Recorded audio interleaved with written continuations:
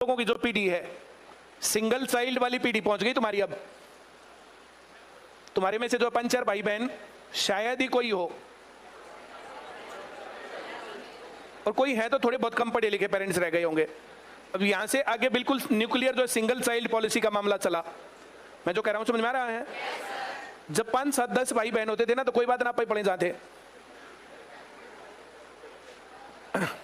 हम लोगों की शादी उसी टाइम पर हो रही थी जिस टाइम पर तुम पैदा हो रहे थे। तुम्हारे और हमारे बीच में इतना गैप है। तुम्हारी पेरेंट्स की, जो तुम्हारे पेरेंट्स की एज है वो मेरे एज के आसपास है, 5-4 साल कम, 5-4 साल ज्यादा है या ना? उस टाइम पर जो है, जैसे जर्नली ये फैशन हो गया था कि बच्चे ज्यादा नहीं होने चाहिए। एक बच्चा बढ़िया, उसको पाल पोस करके बढ़िया परवरिश दे करके उसकी जिंदगी बढ़िया बना लो, दैट इज एनफ। हाँ या ना? मैं जो कह रहा हूं समझ में आ रहा है? हमारे से पहले क्या था, 5, 7, 10 बच्चे जितने भी हैं, कोई बात ना, सरकारी स्कूल में जाना था, अपने बैग उठाया, चल दिए, पढ़े ना पढ़े, हाँ पढ़े, जो भी हुआ देखी गई। हमारे जो दादा दादी हुआ करते थे, जो हमारे पेरेंट्स हुआ करते थे, पेरेंट्स और दादा दादी के बीच की पीढ़ी के जो भी लोग थे, ताऊ ताई के टाइप के लोग, वे सभी लोग क्या कहते थे, हमारे 10-10 पढ़ गए, थारे 2 ना पढ़ेंगे। तुम्हारे बच्चे पढ़ने में तुम्हारा क्या योगदान है? तुमने पैदा करके छोड़ दिया, अपने आप पे बड़े हो गए, जो हो गए, ना पढ़ेंगे, मर गए। उस टाइम पर परवरिश नहीं थी, बच्चों के ऊपर बहुत ज्यादा ध्यान नहीं दिया जाता था। मैंने जो बोला समझ में आया? ये हमारी पीढ़ी थी, और हमारी उस पीढ़ी के तुम लोग हो अब उस टाइम के 2-4 साल कम और ज्यादा तुम्हारी पीढ़ी का टाइम है वो। इस टाइम पर कन्या भ्रूण हत्या अपने चरम पर थी। इस टाइम पर लड़कियों की संख्या लड़कों के कंपैरिजन में बहुत कम है। सेक्स रेशियो में जो सुधार हुआ है, लड़के और लड़कियों की संख्या में जो सुधार हुआ है, वो तो छोटे छोटे पैदा हुए बच्चों का मामला गिना जाता है। तुम्हारे टाइम पर तो बहुत बुरा हाल था। उस टाइम पर ना तो चेक करवाना गड़बड़ था और ना अबॉर्शन करवाना गड़बड़ था, तो लीगली था सब कुछ। 500 रुपए में काम कर देते थे एक लड़की का।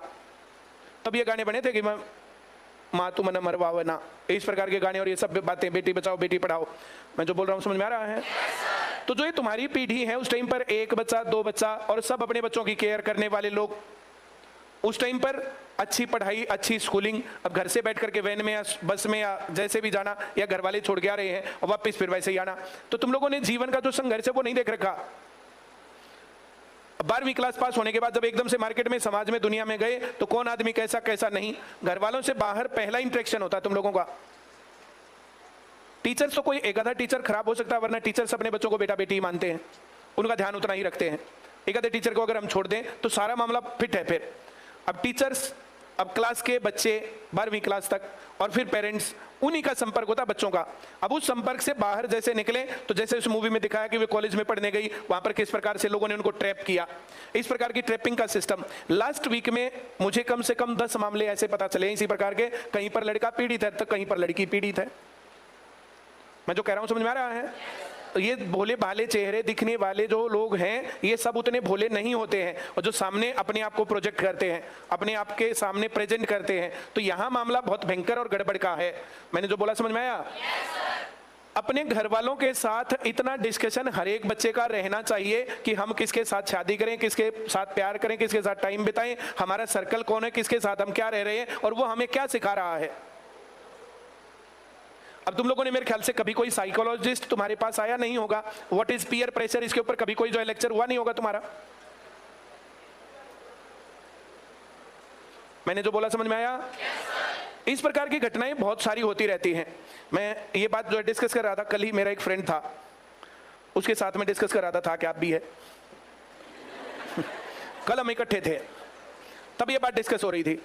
तो बोला जब मैंने काम चालू किया तो हमारे पड़ोस की एक लड़की सिफारिश लगवा करके, वो जो हमारे पास जो काम, तो 15-20 जनों का काम था, 15-20 जनों का जो है सर्वे वगैरह का काम था।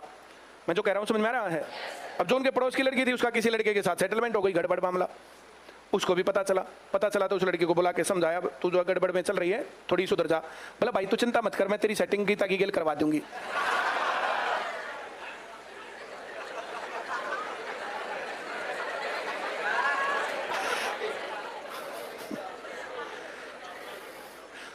This is peer pressure.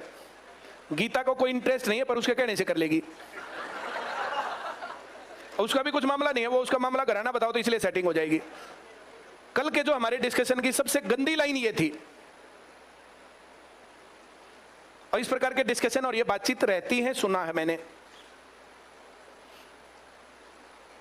एक लड़का या लड़की ट्रैक से हटते हैं, गड़बड़ रास्ते पर जाते हैं, अपने आप को सही साबित करने के लिए अपने साथ लड़कियां लड़कियों को बहला लेती हैं और लड़के लड़कों को बहला लेते हैं और ग्रुप्स बन जाते हैं। मैंने जो बोला समझ में आया? ये वर्स्ट कंडीशन है। उसने उसको कहा खड़ी हो, आज के बाद यहां दिखना मत। अब मैं तुम्हें ये बात सत्य बता रहा हूं, 100% सत्य बात बता रहा हूं। जैसे जिस दौर में तुम हो उस दौर में हम भी तो थे, और हमारे कुछ साथी सही थे और कुछ गड़बड़ के रास्ते पर थे। जिन लोगों का लड़के लड़कियां और जोड़े बनाने पर जो ध्यान था और जो गलत रिलेशंस पर ध्यान था, एक भी कामयाब नहीं है।